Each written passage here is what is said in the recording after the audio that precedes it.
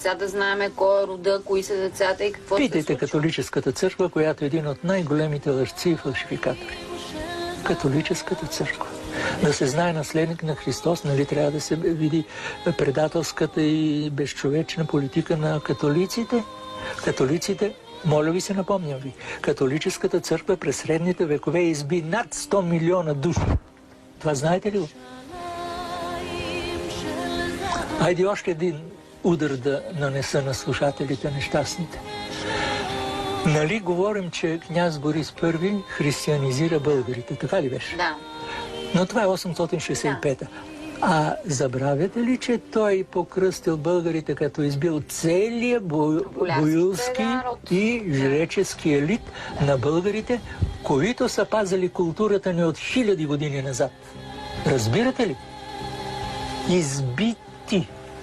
За какъв морал можем да говорим на католическата църква? И тук още едно обобщение да направя, без да влизаме в много подробности. Моето заключение.